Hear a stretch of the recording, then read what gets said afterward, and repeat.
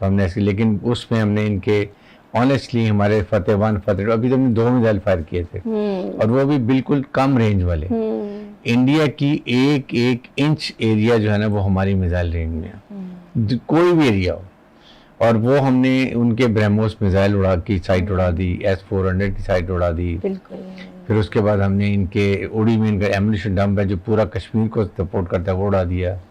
इसके साथ फिर हमने इनके इस तरह के बहुत इनके जहाँ जहाँ से इन्होंने जहाज उड़ा के हमारे सिविलियन को शहीद किया था वो हमने सारे वहाँ पर नुकसान पहुँचाया। तो आई थिंक इसमें दुनिया को पता चल गया कि पाकिस्तान की मिलिट्री फौज जी it is second to none. और एक और हमने बताया कि पाकिस्तान एक बहुत ही मैच्योर और रिस्पॉन्सिबल न्यूक्लियर मुल्क है, इस्लामिक न्यूक्लियर मुल्क है।